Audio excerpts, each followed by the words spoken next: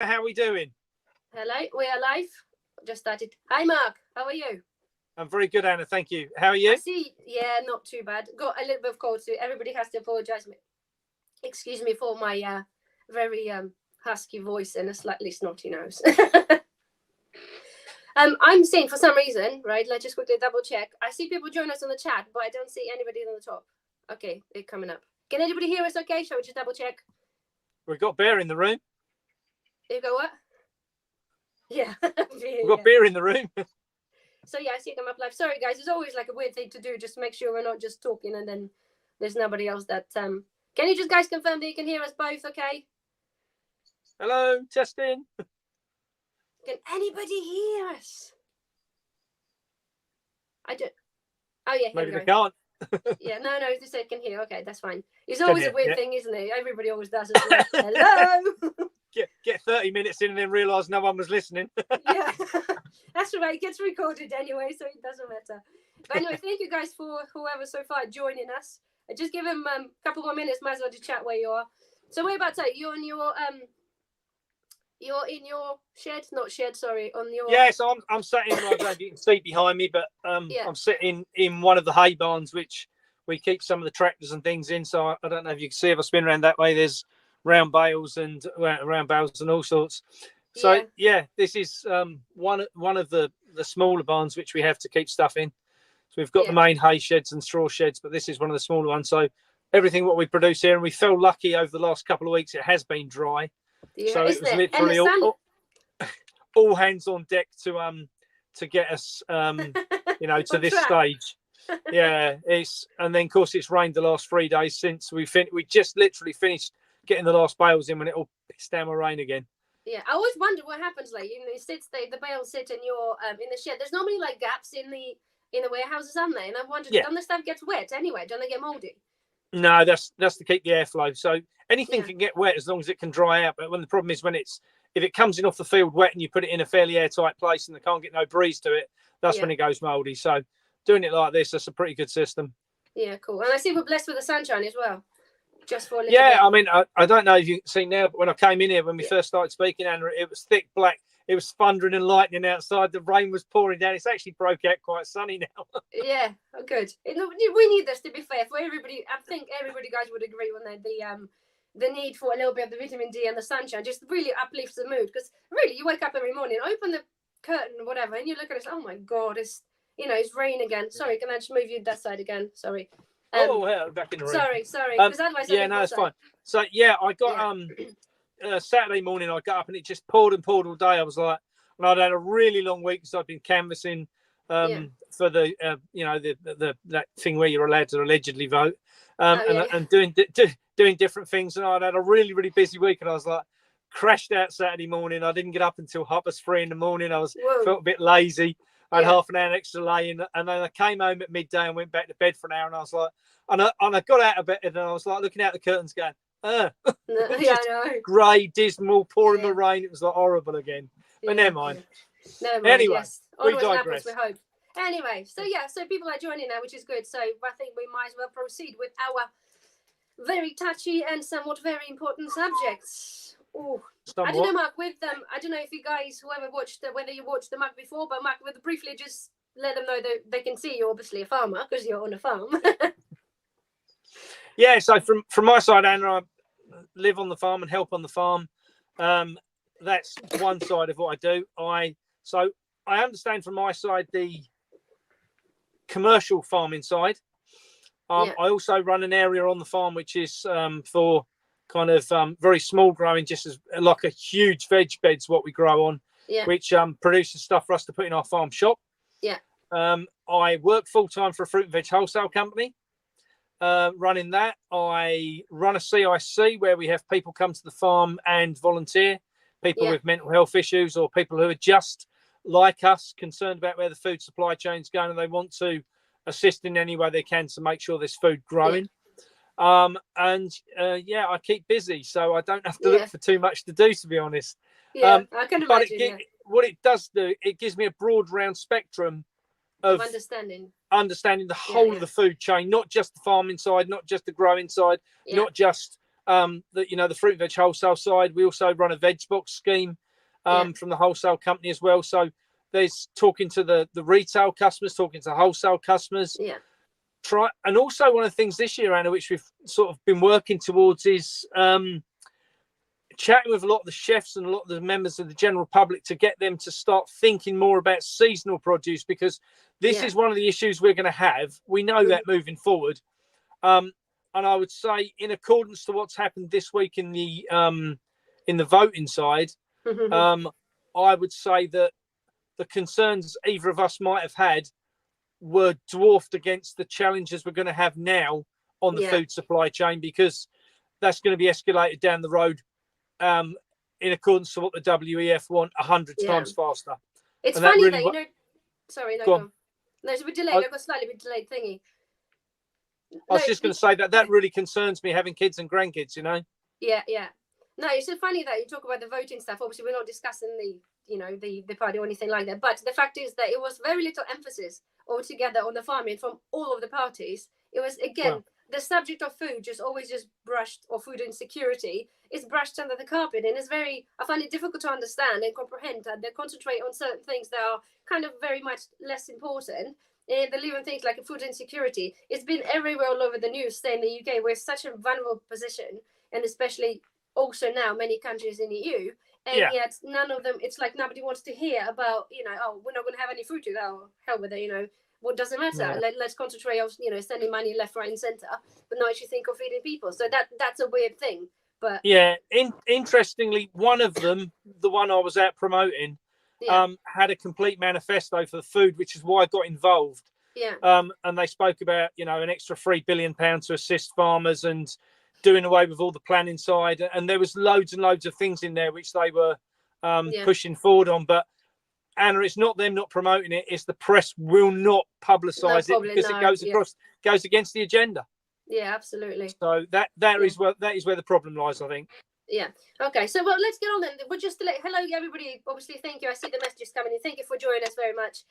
We'll have it a bit more like a casual chat. So, if any of you guys will have any sort of questions or things that you want to then, or something to ask, really, or just comment, put this in capitals, and then we can pick it up and we can add it on to the debate. Sure. So yeah, go on. Let's kick off then, Mark. Let's get on with. Shall we go with your first favourite agenda of the day? Yeah, so there's three things I wanted to cover today. One of the things which has recently kind of, I'm not going to say come to my attention, I knew about it, but didn't understand the severity of it, I think is what I would say. So there's a thing called SSI within the farming industry, which talks about, this is sites of scientific interest. So if the government, DEFRA, whoever, you know, Environment Agency, whichever agency it is, decides on this, if they decide that your farm or an area which your farm is connected to, for instance, so let's say you've got a river go through the farm, they can put on that an SSI ban, so that you are then not allowed to produce food within 500 meters of where the SSI starts. Well, 500 meters is a ruddy long time, you know, long way. You know, if you're talking in fields, you might get perhaps 2 fields before you even get to the SSI. So that takes out all that agricultural land. Now, obviously, they pay farmers not to grow on it and, you know, do all the wonderful things they're trying to do. But there's a lot of these farmers are really kicking up against this. I mean, I was looking into it today, and before we came on, and there's 4,100 sites in the UK that are under SSI. So you can just imagine. I couldn't find out the figure, Anna, that I was looking for to find out how many acres that is. But, you know, if you add, it's tens of thousands, you know, but if you add, you know, everywhere there's a newt, for instance, or a grass snake, anything what gets, you know, someone takes a picture of, they now want to put it down to SSI. And it's taking more and more and more land out of agricultural use. You know, that, as we covered last time, you take that with the solar panels, the building, we are in trouble, Anna, and I say I can't emphasise enough on how much last week's vote is going to have affected that as well. Yeah, you know, and that does worry me as a parent and grandparent. But I think I'm, as well as doing everything I do, I'm a coordinator of the Land Workers Alliance, and I see the amazing work that a lot of these young growers, what they produce and the level of production on such a small area, that really excites me. And also along with that, I'm involved with the PFFA as an ambassador for them. Yeah, I remember you saying. And that's, again, that's bringing to the forefront. We're bringing on more and more ambassadors. That's allowing us to get out and see more and more farmers, to go out and see growers, producers, and to find out what is out there, what's still being produced, what is out there, what people are coming up with, new initiatives, new ideas. So as much as there's the doom and gloom side of this, and I'm one of the first to go, oh my God, there is the other side of this, Anna, that there is people out there making some amazing headway. On, just not gets published, does it? Yeah, no, and I mean, here's a classic example. I mean, obviously, they've come up with the excuse we can't have cows anymore, and that fabulous man, Mr. Bill Gates, has come up now with a thing called maggot milk. Yeah. And and that is just so exciting. We'll cover that later on a bit. It's a whole separate thing with the milk, isn't it? Maggot milk. Do you have to milk each one individually, or do you squash them, or how does that work? I mean, I'd like to see a video on that. I might write to Bill. They actually mash them together. We might read you to that, but the idea is they put them through pretty much a food processor as a whole thing. Right, so can I just? I don't know if there's any vegans in the room here, so I'll tread carefully. But so I was told, that Bill Gates is vegan, and he's very much against the animals being hurt. Yeah. So and that would blitz the whole life species. Yeah. Nice one. Yeah. I just so we got one cow that we can just milk nicely on a farm, and we can just produce milk, and that's all lovely. And it's been going on for millions of years. Yeah. But here we are, juicing maggots. I just don't get it. I just cannot see it. No, it's disgusting. I've done a whole video and I was absolutely appalled, and I did enough swearing there because it was just I just can't get my head around this man's. We already know he's a delusional. He's got it's a sandwich short of a picnic. That's 100%. But to introduce that, and then there's many things. There was a company that initially done this, and it was covered like it's nothing to do with Bill Gates, but we all know how they all do this. They secretly invest into something. It wasn't even in his portfolio. Secretly invest in something until they get to desired effect, and then of course after a few years, so company gets shut down and takes all the credit. I can't really call it a credit because I think it's absolutely disgusting thing to do. But but hey ho, it's I noticed someone's put in the comments here that no one will buy it. They will because they won't have any other option. That's where they're getting us to. So just so people have got an idea, within the next where are we? 20. So next 5.5 years, by 2030, there won't be any cows to be milked, unless we kick back considerably, and I do mean considerably. There won't be the cows to have meat from. There won't be any cows to have milk from. And if you want a cup of tea, then your options are, almond milk, and the energy what goes into producing that is just surreal. Is that not more sustainable though? Because I read that almond milk, technically, you need water. Yes, you need water to dilute the milked almond, if you wish, squashed almond. But nonetheless, though, is that not more sustainable? Because I know you can do this at home, apparently very easily. I haven't actually attempted to do it, but is that a more sustainable alternative though? Yeah, what? So these nuts are grown on the other side of the world. Yeah, they're transported all the way to England, where we mash them up at home. And, when we could have a cow in the next village. I just don't get it, Anna. This is my problem with all of these initiatives they bring out. Oat milk. Oh my God, it's little yellowy colour. It's horrible. It doesn't look like milk. I mean, no, I've tried making oat milk at home. I've tried making this, and it's vile. It is. There's I had an ex-partner who lived on it, and that's the reason she's an ex-partner. But shall we just cover the milk situation as we are on the milk, and we kind of dig back to front about the milk, because it was a big part of this, and about let's start with the organic milk and what's happened to our organic milk in this country, and where does it go? I think many would like to know. Yeah, so British farmers get anything from 10 to 20 pence for a litre of milk.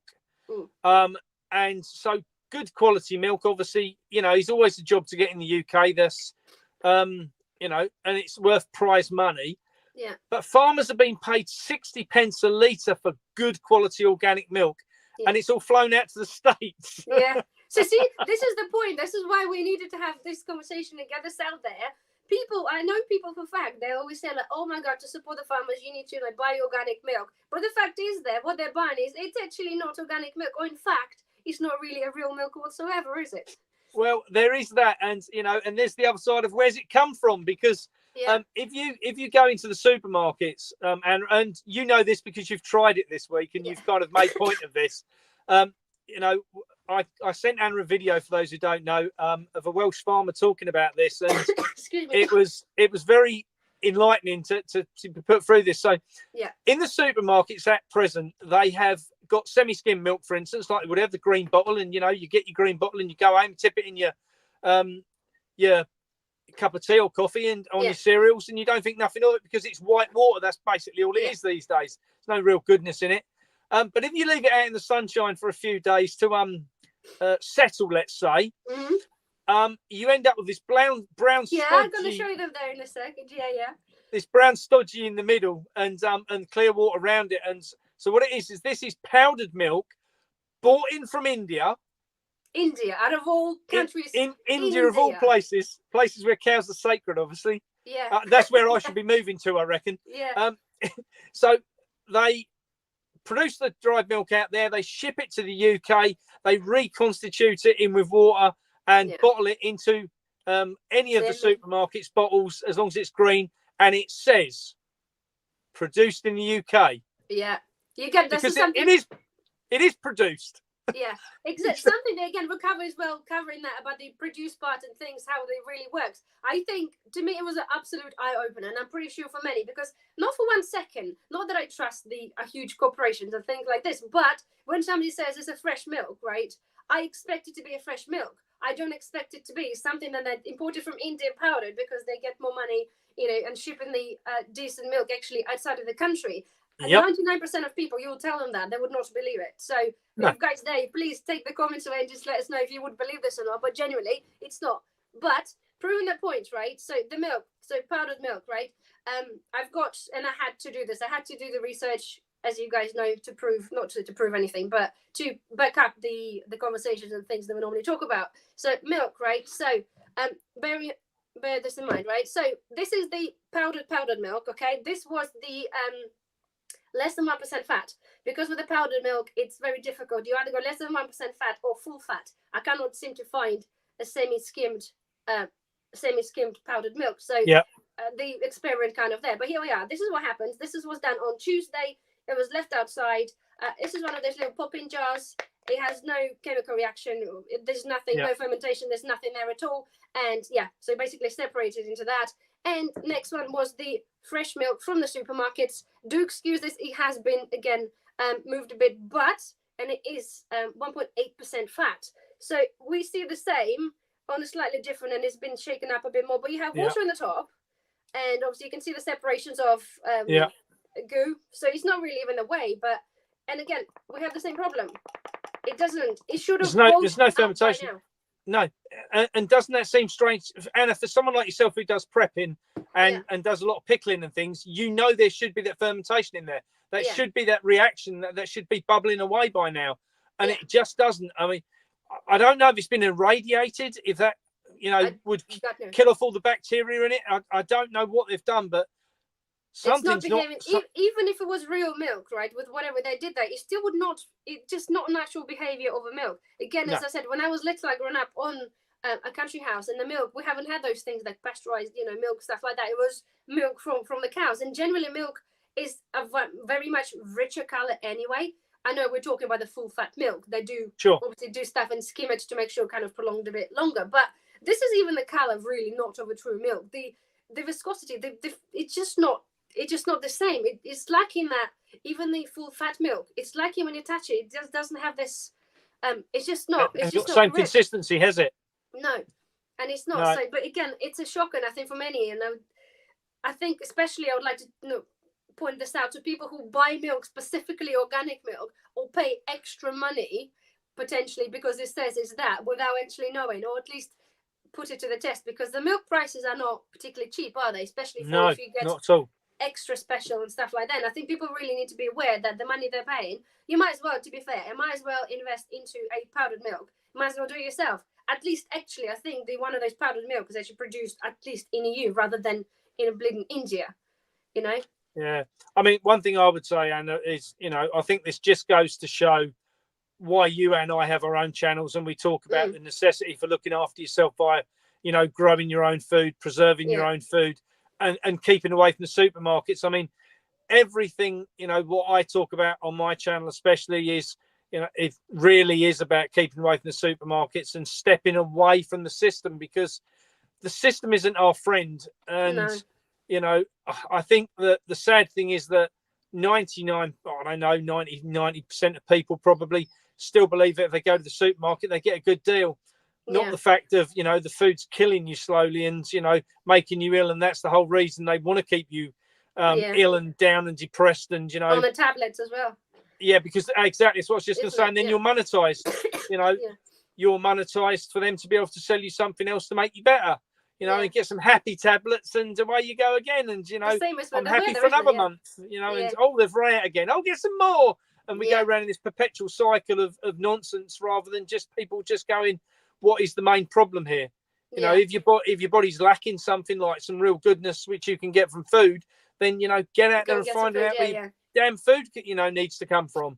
Yeah. So I think that there's got to be some changes, Anna. We know that, and hopefully the things that you and I talk about will allow us to get some people to think about that and start thinking about where their food. We need people to forward stuff, don't we? To share the videos and share the knowledge, but not even necessarily the video, to share what they hear, just to But do you think, just coming back to milk briefly before we exit the milk story, obviously there was a question there. The lady wants to know about explain how they buy the reconstituted milk. How is it labelled? But obviously I don't think they implemented that yet. I'm not sure about Marks and Spencer's, and I think some other supermarkets were talking about actually taking the dates away from the milk. So according to, they wanted to say, well, because people waste milk, because the people throw this away, as soon as they see the date, people throw this away. I don't think that's the reason, because generally, I think milk, people just, first thing people normally do, I see who drink milk, first thing they open it, first thing they do is smell it. It's like a reflex. Reflex, open, pour, smell, pour, that kind of thing. So to me, it's like, well, they probably know that by taking the dates away, there's going to be no harm coming to anybody, because it doesn't even ferment. It doesn't go off, exactly. So of course, why would you want to waste a powdered milk all the way from India? But you have to ask the question, Anna: is it even real milk? Is it real milk? Is that why it's not going off? No, but do you know what? You don't even know what the powdered milk, though. They could still powder. You could milk many things, not just cows, right? Yeah, absolutely. So, we know they eat all sorts of domestic animals in India and other countries. So, needn't we go even further, to be fair? But yeah. I mean, I live on goat's milk. I have to say, a friend of mine keeps goats, and I live on raw goat's milk. Yeah. And I get through, a 2-litre bottle a day on, just drinking it. Yeah.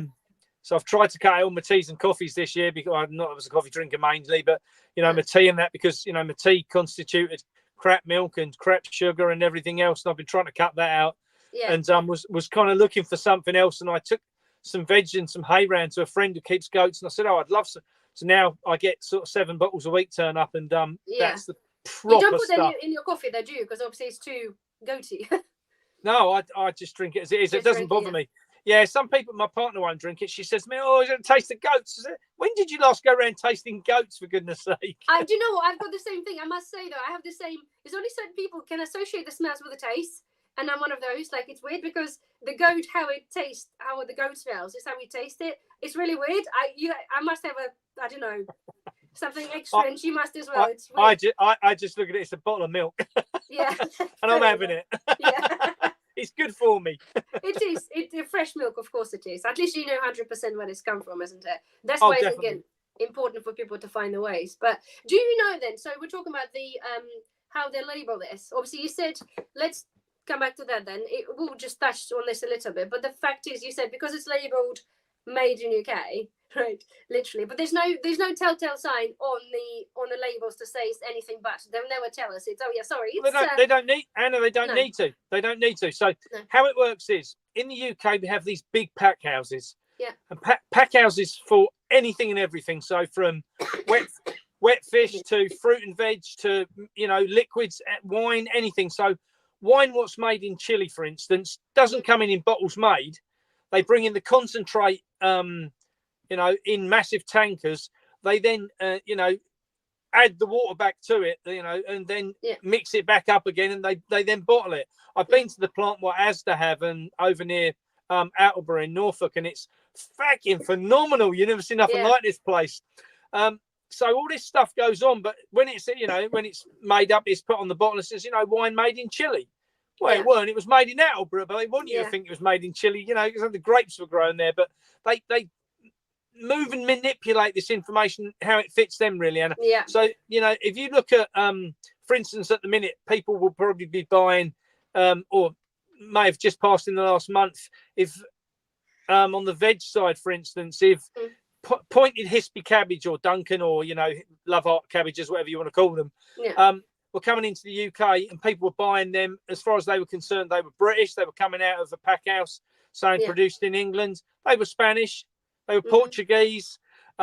Cauliflowers last week were coming in from Germany. I couldn't buy English cauliflowers.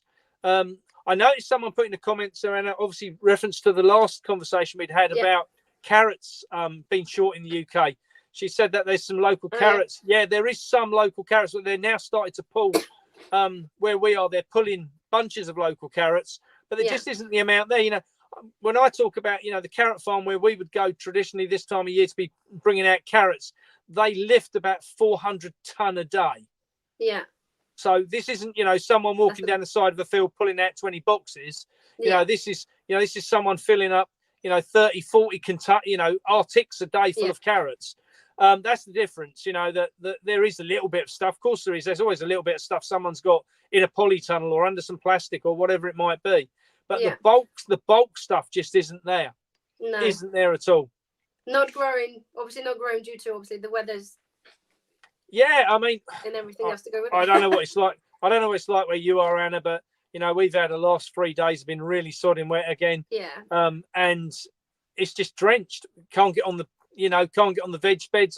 I've just been over there prior to talking to yourself, and I've got a load of beetroot I really need to get in. There's no way they're going in there. It's just walking in quagmire. You know, I put some scaffold boards down and thought I might be able to walk on them, but that hasn't worked either. You know, it's just too wet. So I'll have to try again tomorrow. It is, you know, and obviously if you're growing in the garden at home, let's say on a patio, and you've got tubs or you've got, you know, raised beds and things, you probably stand a lot more chance of looking after yourself and so forth than we perhaps do on the farm side. I mean, on our veg beds, you know, we'll be able to get on there and work most of the time, even if we can't get onto the main fields where the hay and the grain and stuff is. So, I mean, I'll cut across slightly on that, Anna. I mean, we are talking about the hay. We've had an exceptional year on hay so far, and I mean exceptional. It's really, really been good. And it's already coming up again that we should get a second, if not a third cut off of it. Okay. However, we're blessed in East Anglia, I must say. You know, we're in the east of England.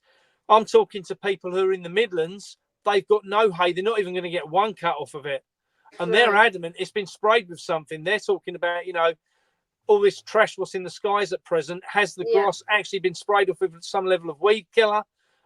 Is it just because it's not getting the sun? We've not got no sun, but the grass is growing. I think this year there's going to be a lot of food shortages with the on the animal side especially, and that would encourage people to get rid of those herds. Yeah, I did see the one about the grass. I've seen a couple of videos online. People like, you know, secret interviews type thing. People say, well, actually, what the hell is going on? Because if it's no grass, people think, oh, grass is grass. But without the grass, you can't feed the cows, you can't feed the sheep.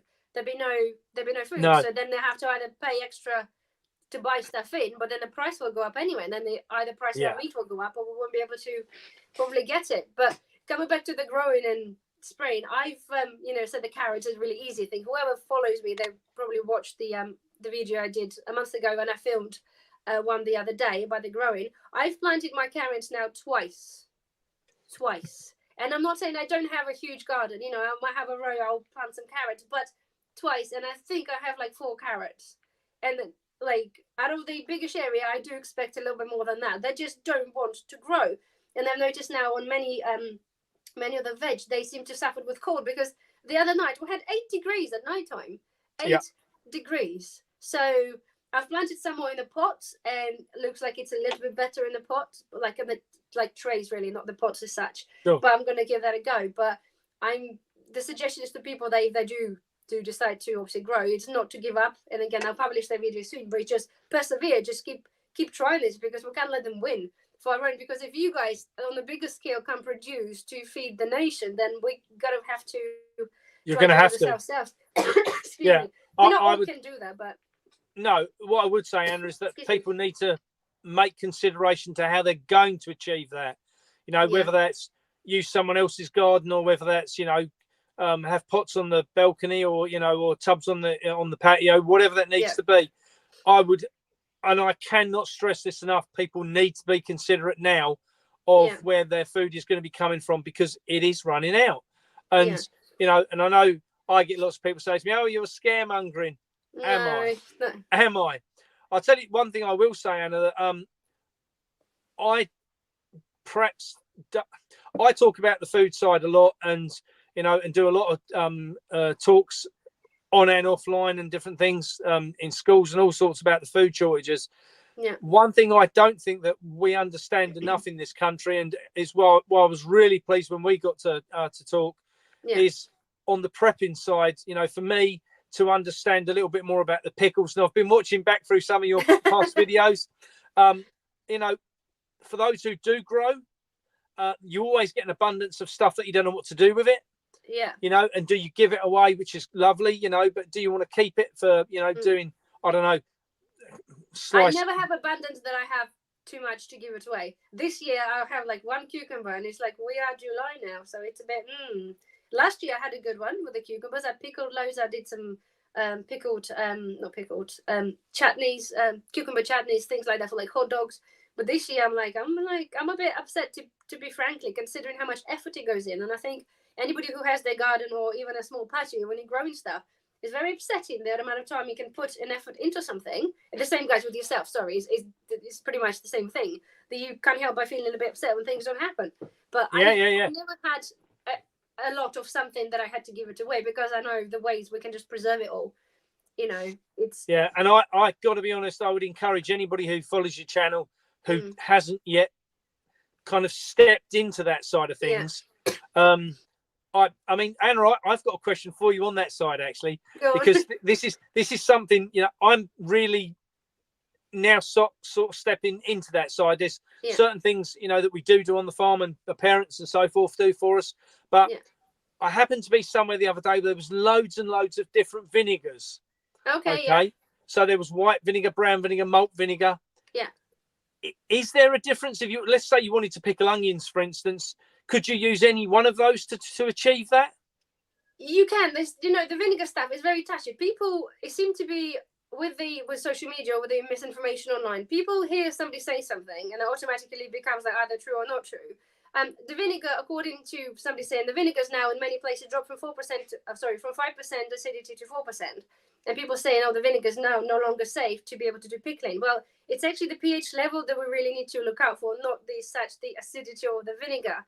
But the apple cider vinegar, you can still pickle with apple cider vinegar, but you have to use the different proportions to the water. So basically, the longer you want to keep the product, the stronger you need your vinegar to be. And again, many people saying like that you can't just nothing in vinegar will last forever. Well, it would, because botulism doesn't grow in acidic environment, and you can't get any more natural acid than say vinegar for your food preservation. So technically, you can just pickle some eggs in 100% vinegar without dilution, and those eggs will sit there for a very long time. They'll be very acidic. They'll be very, not unpleasant to eat, but they will be, if you like vinegar, then you'll like it. But generally, I would suggest to pickle still with a normal either distilled vinegar or the brown vinegar, the malt vinegar. The apple cider vinegar, because it's got the chances that you have a mother in it, which is like a yeast residue, so things will get a little bit cloudy. It might have some color changes to the products you want to pickle. It might not visually give you a similar visually good effect, and at the same time, it doesn't really, because I make my own apple cider vinegar, I wouldn't trust the acidity level anyway, if that makes sense. Yes, I could sort of, you know, try to find out the pH and stuff, but each batch will be different, and it's kind of pain in the ear to then adjust your recipes to fit that. So, but if you do want to preserve something, then I would just go with a normal vinegar. However, to keep the apple cider vinegar in your pantry is a good one, because it's good for our health, gut health, and Absolutely. for any animals. Yeah. Chickens, I feed them, feed them, but add it to the not water. not that you or I have any, but if someone has got chickens, that would be a good thing to have in the pantry to just to give them a little bit in their water, wouldn't it? Yeah. Yeah. But even for us to drink, it's such a minor, I can call it a minor thing, but it's such a powerful thing. I don't suggest anybody starts going gasping your, half a pint of vinegar first thing in the morning. But there's the vinegar, the apple cider vinegar is a known benefits. Yes, there are also the drawbacks, but again, if you're just drinking this naked on an empty stomach, no, of course it's not good for your stomach lining. It's all the ifs and buts, obviously, to get in for people to understand. But to me, vinegar, it's such a great, it's a great thing. So add it onto your canning or pickle stuff as you go. You never really go wrong. You can't really go wrong. So I mean, Anna, is there? I mean, sorry, I'm digressing here slightly, okay. so I do apologise, but this really intrigues me as a farmer and someone who grows a lot of stuff. Yeah. Overproduction is something that, obviously, from a farming point of view, the reason I say about overproduction, I'll come back to that about our last subject. Overproduction is something that farmers are very good at. Right. So we aim all the time to get, 10, 20, 30, 40, whatever % higher than what we need, so that there's always the 100% good stuff, what we require for, whatever contract it is. So for me, having stuff left over is a foregone conclusion. Right. And I'm always like, what do we do with it? I know we sell stuff in the shop, and I know, we can eat a certain amount of stuff, but it's been really worrying me of late, of the amount of waste. And I work in a fruit and veg wholesale company, and the waste we see in the industry, Anna, is fucking phenomenal. Just phenomenal. You just can't believe how much stuff is wasted. I called into Macro the other day in Ipswich, which is owned by Booker's, which is owned by that other company that, Every Little Hurts. And the waste they have in there is untrue. And you think to yourself, well, if I was a gambling person, I'd put my money on the fact that a farmer is paying for that waste. Yeah, I guarantee they don't lose nothing on it. I'll guarantee it. That'll get banged back to the farmer for that waste. Yeah. But what I was going to say on waste as well, and this is one of the things we want to talk about tonight. Every Little Hurts. If they have sizing. Just you saw the video. I sent you this video, and it's just phenomenal. Well remembered. Yeah. If a farmer grows a field full of broccoli, and now, I come from a farming background, growing side, so I appreciate. And broccoli is a little to grow. Yeah. It's always attacked by fly. It's always attacked by slugs. No matter what, broccoli's your worst thing to try and grow. Yeah. Right. And this farmer was telling us that, years ago they would cut the entire field. Yeah.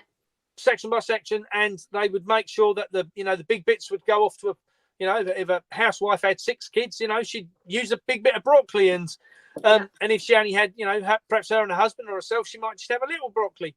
Well, now they're not allowed to do that. So the supermarkets send them a ring what the stuff has to fit through. Yeah. So there's your hole. Everything has to fit through the hole.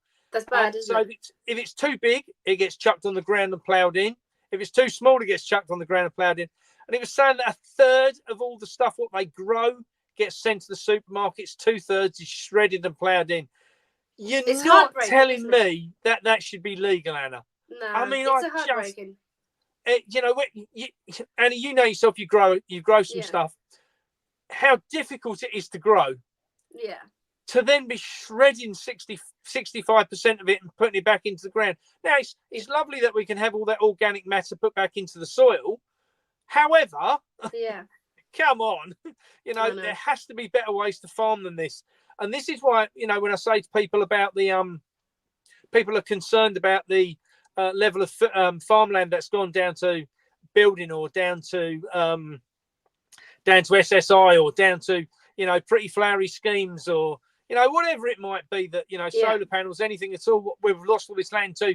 But then you look at what we are producing, how we're producing it, and the waste what's involved is just, if we stopped, looked and listened to farmers and took the advice that they are there to, they know what's best. A supermarket, I have to say, does not. All they're worried about is money. That's Yeah, but they nothing can else. still make the same money, though. That's the point.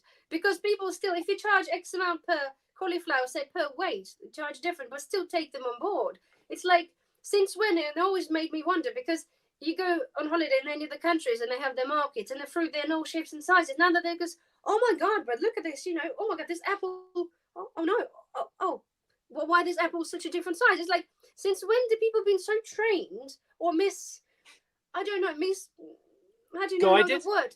Or not say misguided, but why would you assume automatically if you're looking at something, it has to be the same size? Apples are like loads of varieties of apples, thousands of varieties of apples. They're different shapes. They come in different shapes and different colors. But I know for a fact, Tesco do the same with the apples, and it's not just the size, but the color as well. So, for example, is the pink or pink lady or something has a specific amount of red in it to be made into the package, but it's just an apple. Just let it go.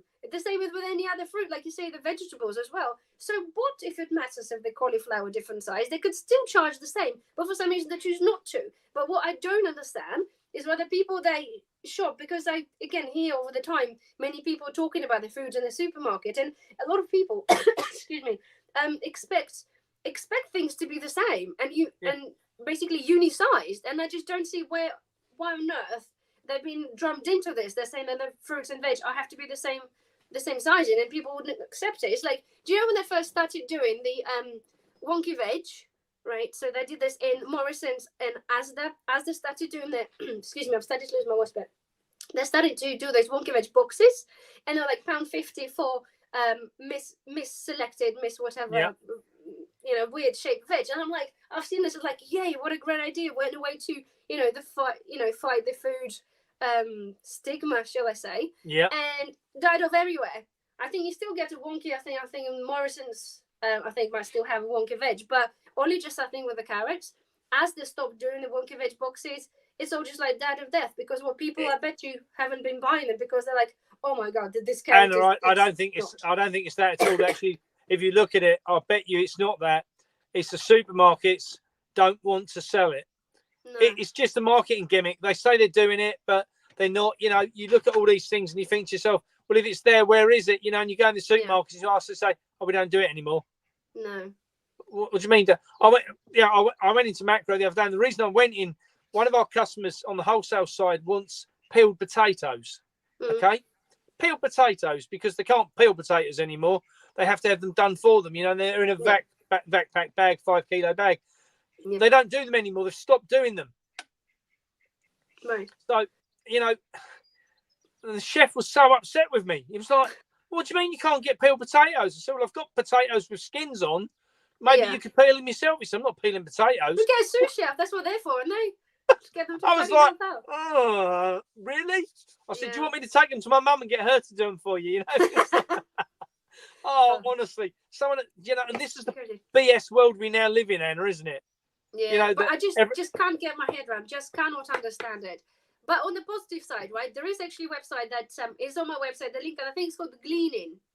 Okay, yes. I don't know if you heard of that. It's basically where volunteers one specific area, if they know farmers got a field of the rejects of vegetables from the supermarket, then people get together as a team. They go there and they basically by hand plow and pick whatever produce is left, and then they're allowed to keep some and then distribute some through their local food bank and things like this, which is I think is absolutely amazing idea.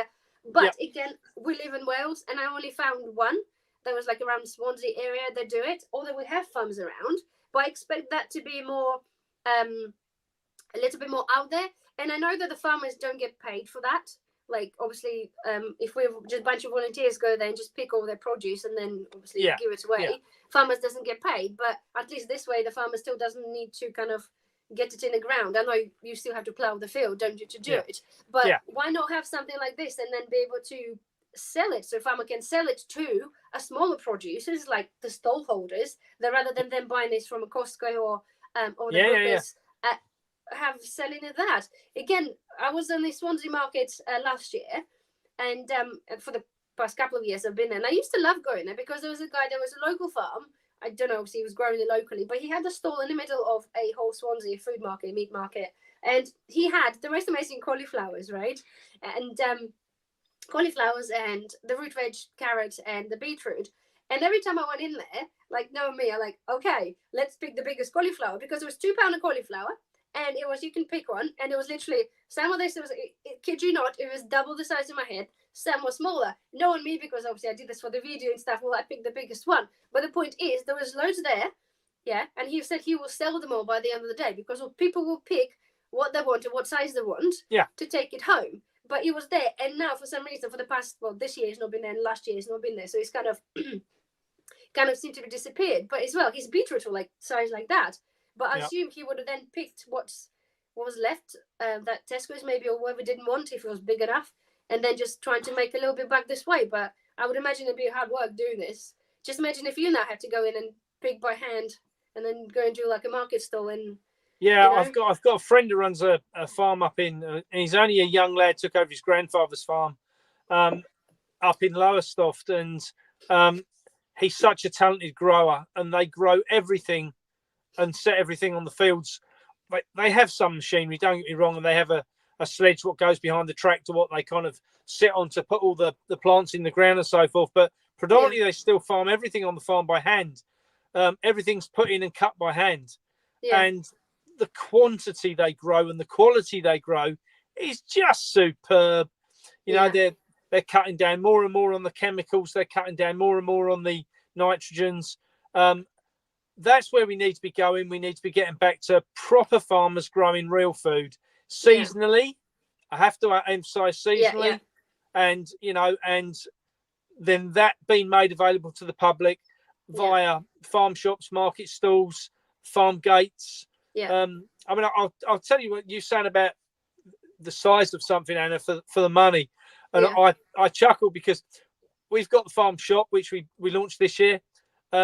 It's, you look after yourself, you go in, you pick what you want, you add it up, and you leave the money in the tin. And, you know, it's not very difficult. There's a camera in there to keep an eye on people, but we don't make it too difficult. But a lady said to me in there this morning, she said, I always get confused when I come in here, dear. I said, oh, why is that? She said, well, your bunches of bananas, how much are they? I said, they're £1. She said, but some have got 3 in and some have got 6 in. I said, how many do you need? She said, well, I only need 3. I said, then take a bunch of 3 for £1. She said, but I could take a bunch of 6 for £1. I said, if you need 6, take 6. And she couldn't get her head around the fact that I don't sell them on weight. When I undo the box, whatever's in the bunch is in the bunch, and I count it out and go, you know, there's 50 bunches in a box. The box costs £25. You know, £1 a bunch, it comes back to 50 quid. It doubles his money. You know, and this woman, she couldn't get her head around it. It's all that's how programmed people are.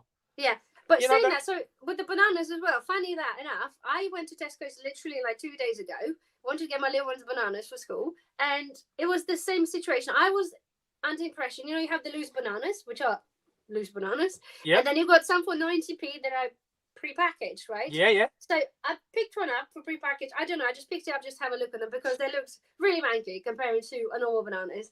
And I picked one up, I'm like, okay, and I picked up another one. It's like, hold on a minute, and I'm like, oh, there was actually, one of them had 4, the other one had 7.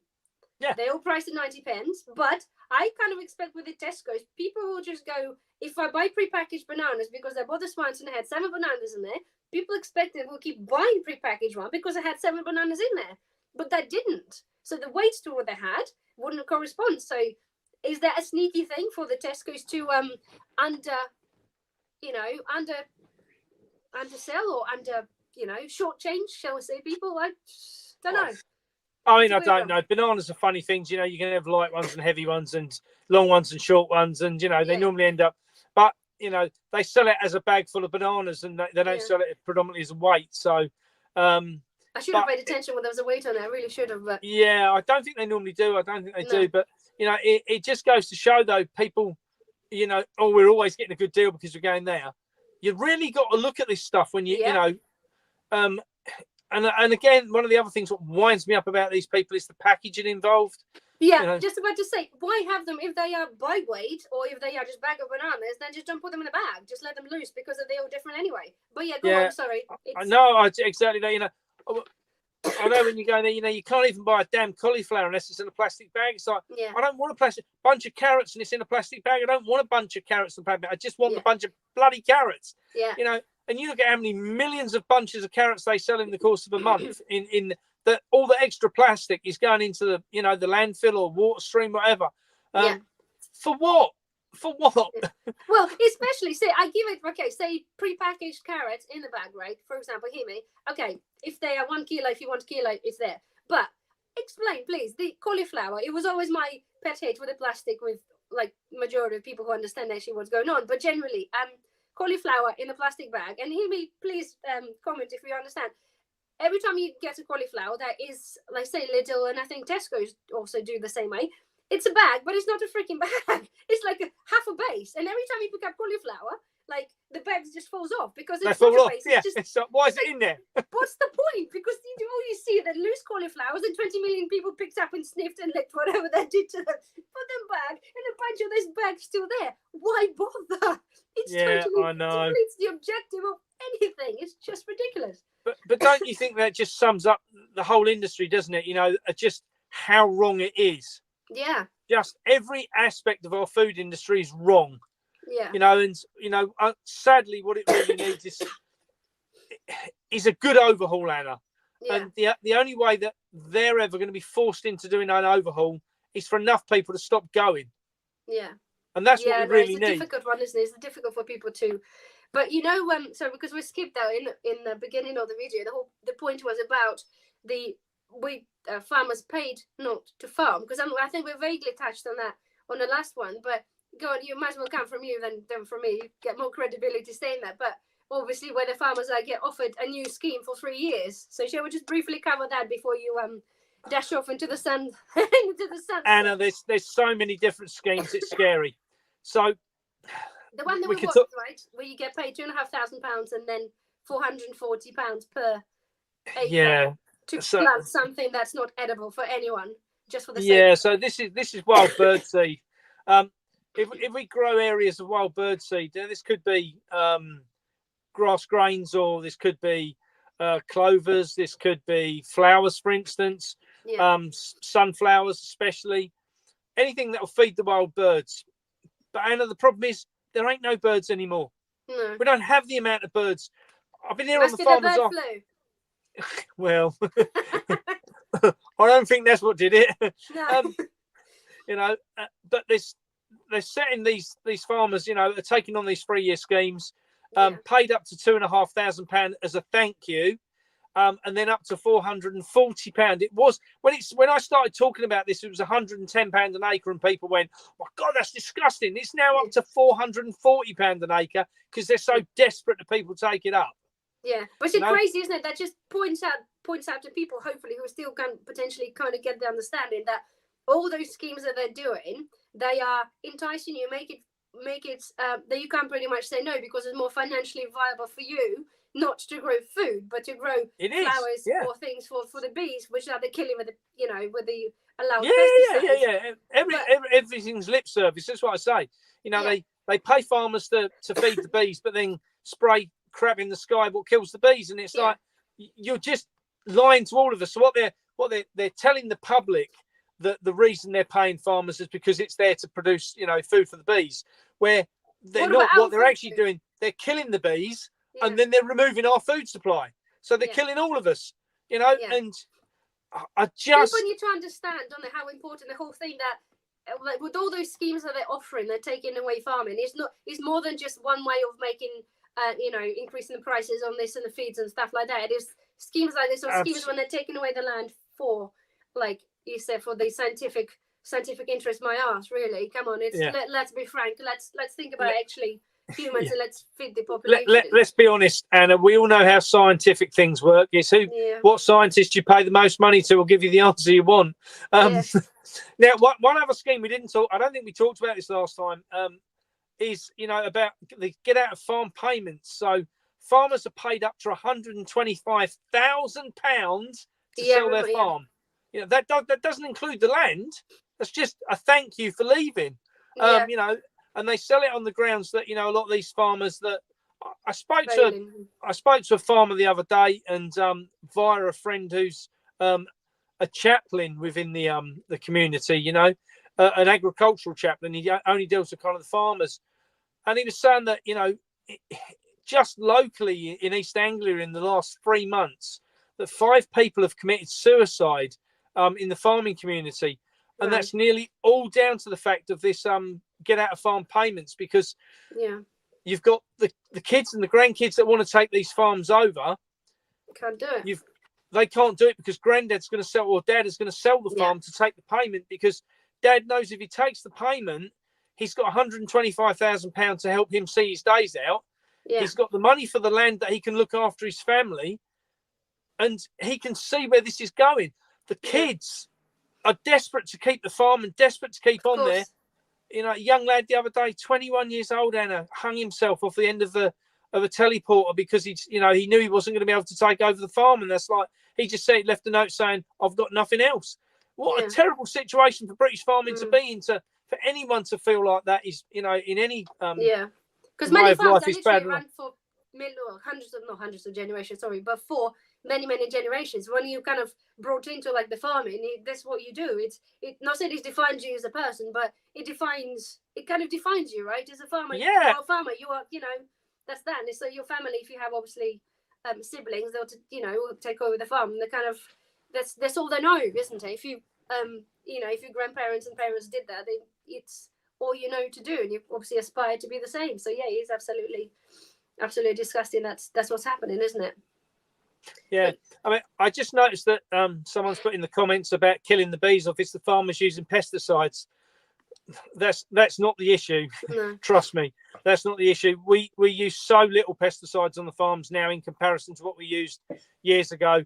And we have beehives on the farms everywhere around here to try and encourage the bee population. And this is where we have swathes of areas on the farm where we are, where we've got big grass verges, we've got loads of hedges, everything. So if we do spray a field, that it stops the spray going on to the next field, because that's what the hedges and that are there for. This isn't the issue. The issue is what they're spraying out of these aeroplanes in the sky. It's the get out clause, isn't it? That was, I think, the lady Mendes actually. Yeah, they're saying the pesticides will cause the bees, but it just gets hidden, or it gets passed on the blame. Basically, they're doing whatever they need to do, but they'll blame this on you, because then the farmers think, that kind of thing. They do this I think generally, if you follow the whole general agenda, that's what generally they do. They do something, they disguise it for something else, then because then nobody's going to look our government, but they're doing all the best they can now. They're trying to do their best for the global warming and stuff like that, and then they carry up and pretend they're doing this for a greater cause. And that's what I think that's happening with many things, not just the bees, the pesticides in the bees. Because initially I thought the same, it was like, pesticide, bees, and I'm thinking, well, surely not, because then farmers know that you'd be shooting yourself in the foot by doing that. But only then just thinking about it and thinking about it again, and like we said on the last video, it's I understand what's going on in the world as a bigger picture, and the little puzzle pieces and start to kind of slot into place. You get to actually understand the whole bigger picture of what it is that they do everything possible to cut to reduce the amount of food supply and to stop you guys doing what you got to do. Like you said, the scientific interest, you said, and obviously the solar farms. I'm not sure if I mentioned that on the last time, but I've seen somewhere there is a proposed. Oh God, so I should have really looked up what it was. I want to say somewhere like Berkshire or something, and they're going to put up like a solar farm that's basically the size of like 6 villages together. It's 10,000 acres, yeah. Have you seen that one? Well, I went up to Derbyshire to one. I went up to interview a dairy farmer in Derbyshire. I don't know if we spoke about this last time, but he was, generations and generations of farming on this land, and it was on a big estate of 10,000 acres.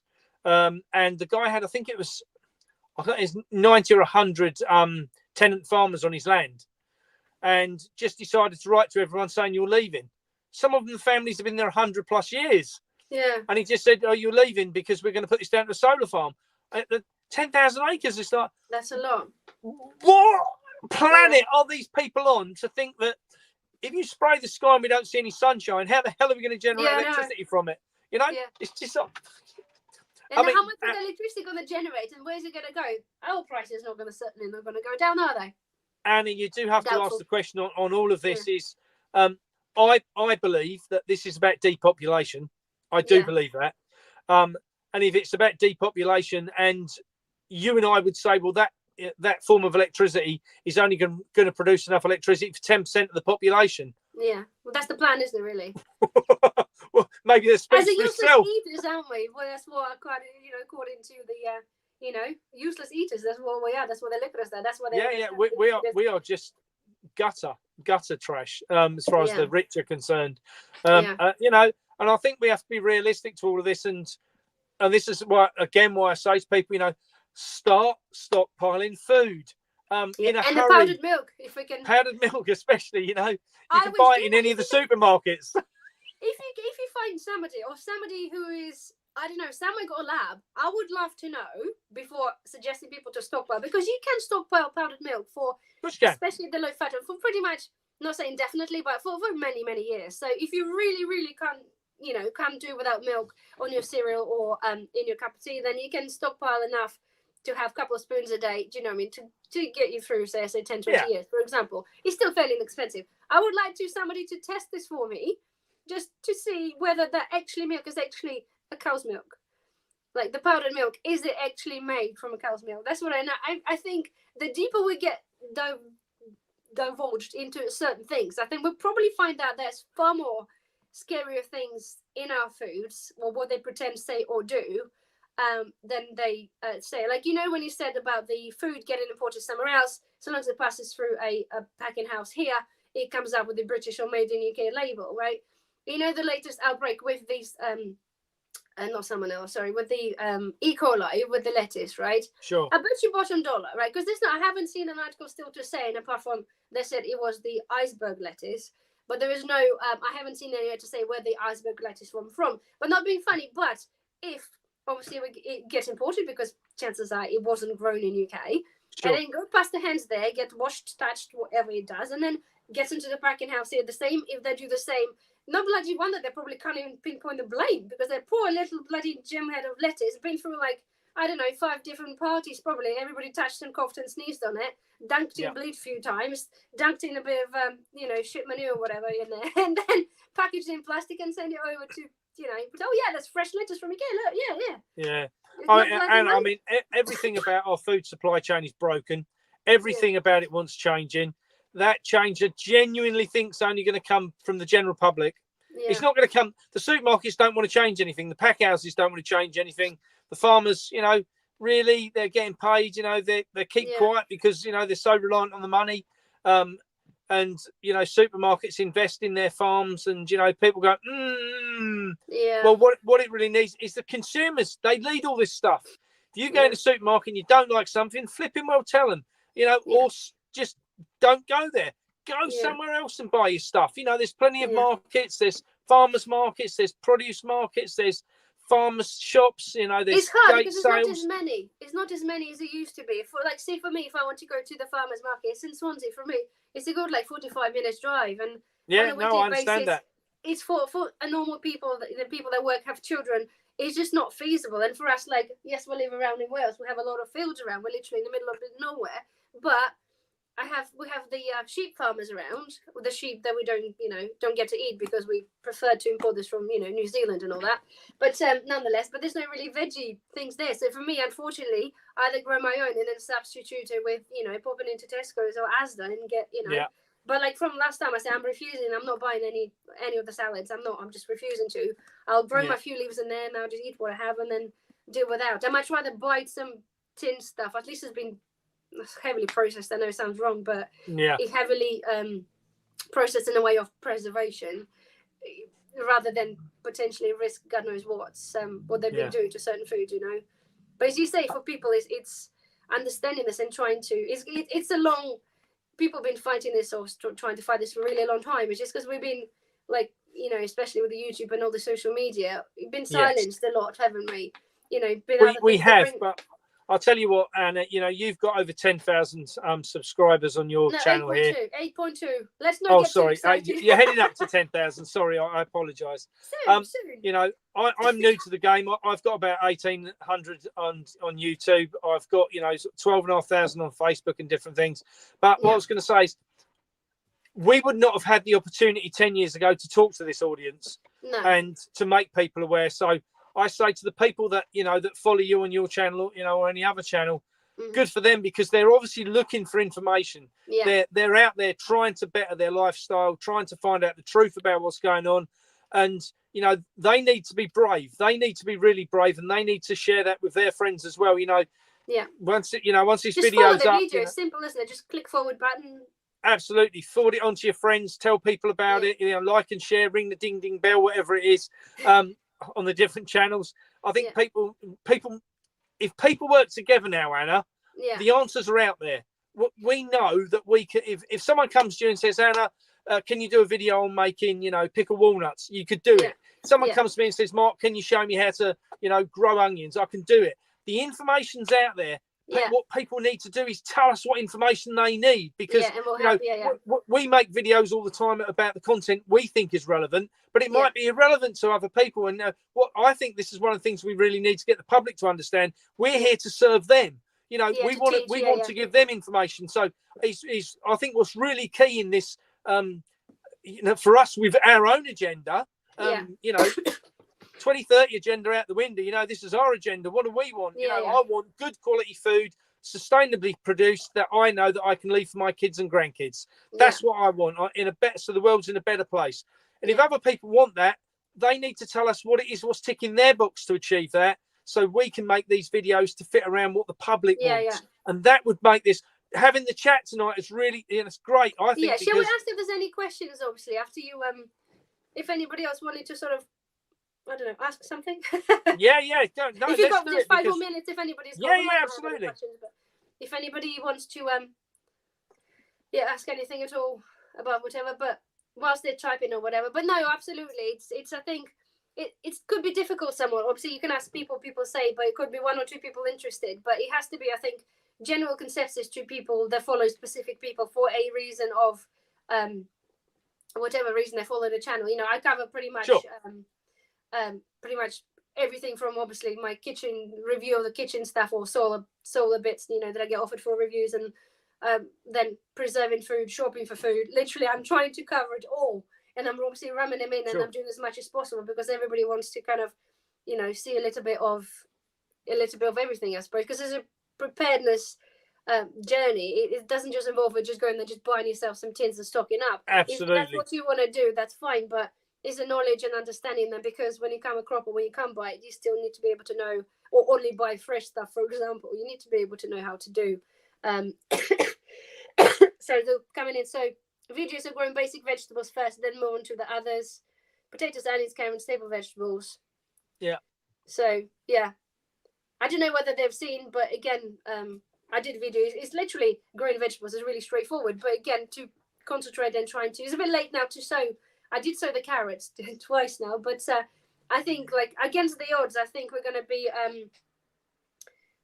from seeds, It's against the odds. I think I'll be trying to plant extra things just time and time again, just to get, and again, trying to maybe do videos on that to cover, and then whether, I appreciate you go up to here, aren't you, and your farming stuff. Last thing you need to do is to film how to plant a carrot, aren't you?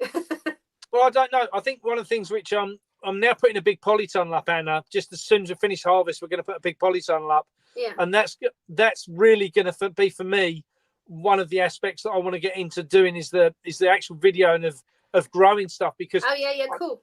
Unfortunately, I think people think it's rocket science, and you and I both know it's not. They've been led to believe that it is. They've all these fancy gardening programs, and and get these qualified experts on to tell people how to do it, and people go, well, I can't do that because they're an expert and they've got paperwork to show they're an expert. It's like, forget about all that. You just chuck the seeds in and water them and they grow. I'm generally all for, like, ease of things. People complicate things too much, and I think we covered that, and I think I mentioned that last time. I think people complicate, like anything people do, especially online, many of them, they make it something, they're making a mountain out of a molehill, because it makes them sound so damn important. And it's like, it was certain specific things. I for example, I do example of the brewing stuff, because I brew my own beers, wines, ciders, whatever, and the recipes I do get published. Some of the recipes go into the YouTube, and then you watch some before, watch online, and people do, and that's, oh my god, and they make this process so damn complicated. But brewing is like the same as like making bread. It's like 4 ingredients or 3. It needn't to be. It's not scary, and the worst thing can happen, you you know, might have to sit on, you know, on the toilet for if you get it wrong. But the chances are you wouldn't, because you know it's such a telltale sign for anything that's spoiled. So it's not, as you say, people create things, make things complicated to make them look better, to make them important. I think they do. That's and I think that's also to kind of self-fulfill their own importance, isn't it? You know, for me, all I want to do is share my knowledge. Yeah. You know, I remember when I was, 5 years old, and Granddad would go along with his walking stick, poke holes in the ground, and I dropped the runner beans in the hole and just ran my foot along to fill them up again. Beans came up. It's not rocket science. No, yeah. And it's quick, isn't it? It's quick. And I think, unfortunately, you get this pack of seeds now. There's a big instruction manual on the back of how to do it, and people go, "I've got to set them." I remember one of my daughter's friends. She rang me and she was having complications because she hadn't got a tape measure, and it said to plant the seeds 3 centimeters apart. What did she need? What did she need to do? I said, just put your fingers out like that and just go like that along and just drop a seed in each hole. She was like, "Yeah, but what else do I do? Because it can't be that easy." This is a big instruction manual. Oh, trust me, just chuck it in. They even sell stuff to, like, for the measuring stuff. It's like, oh my god, like, the carrots. You know how so the carrots, right? And maybe that's why half of them don't come out, but no, not true. Because a couple of years back, I had a really amazing crop of kilo carrots from a small area. It's literally just rake a bit of the soil. I just go, and a bit of soil on top. Push, bit of watering. That's it. Done. It's that easy, isn't it? It is, and I think, from a farming background, we have this huge equipment. We're sitting here. I'm sitting in an £80,000 tractor. And you sort of think to yourself, we've got this massive equipment what we drive about the farmers, and this big stuff. And you think to yourself, really, all you need is, Granddad had a walking stick. Yeah, poke exactly. holes in the ground. And it's like, you're just doing it on bigger scales. Yeah. But, a lot of this equipment is just so over dramatic for what we need to achieve these days. And I think, if people really realise that they could grow the same amount of stuff in a smaller area, good quality soil, feed the soil, feed the nation. Yeah, absolutely. So. Okay, well, I think we pretty much covered what we wanted to. I'm sure we'll get some. I think the more we get into diversion to other bits and bobs we can investigate, I think we'll obviously meet up again and talk about some other stuff, because there's so many other things coming out. Well, obviously, you do research. I'm looking into things myself, and so much coming out just to help people to understand and change their habits. I bet you bottom dollar now, half of the people probably going to be looking at that milk now and thinking, think twice about buying that now.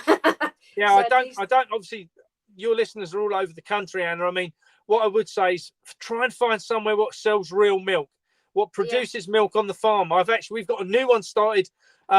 It's still 40 miles from me, but I when I'm out on my round on a Monday, delivering veg, I noticed that there's a wooden cow went up on the side of the road saying fresh milk. So I thought, I've got to go and ask. So I went down and I spoke to the farmer, and he said, "Oh yeah," he said, we keep Jersey cows and we're going to start selling some from the farm gate. Oh, bro. Mwah! Music to my ears. Can I bring a churn with me? How much can I have? Yeah. Oh, awesome.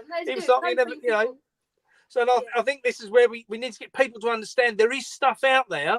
Yeah. They might have to travel for it, or they might have to hunt about for it, but that stuff's going to feed your, actually nutritionally wise, it's going to feed your body, feed your mind, feed you. Not like this supermarket trash. Don't go there. Yeah, do you know what? It's actually worth it. Now you said, because you're visiting obviously other farmers, you know, it's almost worth having, like, I'm going to trademark this if it's going to happen, but a hub, right, where we can share things like that, because half of us would never know where to start. You're in the industry, you have farmers, you know where the farmers kind of thing are, right? So having some sort of almost like a map, like is a map online for I've seen, I can't remember what it's called, but where you can go wild foraging, and there's a map across the UK, and it tells you where certain apple trees, blackberries, whatever, that kind of thing, right? And it's been contributed by pretty much everybody. It's like a group-led thing, right? But if you can find this with somebody who sells local produce, so if you know there's a farmer up the road there, which I might not even know, sells a fresh milk or carrots or this or that, then it's people more likely to drive, and it's going to be a bit an honesty box, or farmers are there in person to deal with, like, if they open one day a week, for like a couple hours. And if I wanted to get myself 20 kilos of carrots to preserve, I'll go there on that specific day and get it. Absolutely. So maybe something worth somehow thinking about. I don't know. But Anna, there's a new directory which is going to launch in the next couple of months. which I'll send you the link for. That maybe you could put in the end of the video. Its name escapes me because I'm tired, but it's a new directory that's coming out of all the farmers, producers, and growers over the whole of the UK. Okay. And when you click into your area, it'll give you like a list of 200 farmers, let's say, and you'll be able to click into it, and they'll say what they produce, if they sell it at the farm or if they sell it at farmers markets, everything about them. Okay, that directory, a lady by the name of Rebecca's put this remarkable system together, and she's very awake, I have to say, and she's put I know it's got sustainabledirectory.co.uk. Okay. So people will be able to go, but it isn't launched yet. The basics are there, but it isn't physically launched. But she has got literally thousands of farmers and producers and growers over the UK now. All these little small ones, all listing themselves on there. Yeah, sustainabledirectory.co.uk. Okay, that's good. Somebody got my half of my idea then. So that will allow, you'll be able to see if that farmer's organic, if they're red tractor, whatever that might be. Everything about that farm will be on there. And I think that's going to be a phenomenal resource for the public. Absolutely. So cool. Okay. Good times are out there. We just got to try and find them. Yes, we'll persevere, won't we? We'll persevere. Absolutely. All right then, guys. Well, thank you ever so much. I think for everybody who is joining in, and thank you ever so much. I know you're tired. You got to go. Whatever you got to do now, and I've got to go and shut the shop, and then I've got some bales to move. Oh, really? Still got to do some work. Well, absolutely. It's still there, isn't it? It's still daylight. Make hay while the sun shines. Yes. Won't keep you any longer. Thank you ever so much again, and no doubt we'll be chatting in another few weeks' time about something more exciting. Oh, not more exciting. I look forward to that very much. Anna, thank you very much indeed. Have a great day, darling. Bye bye. Thank you everyone for listening. Thank you everyone. Bye bye. Bye bye. Bye bye.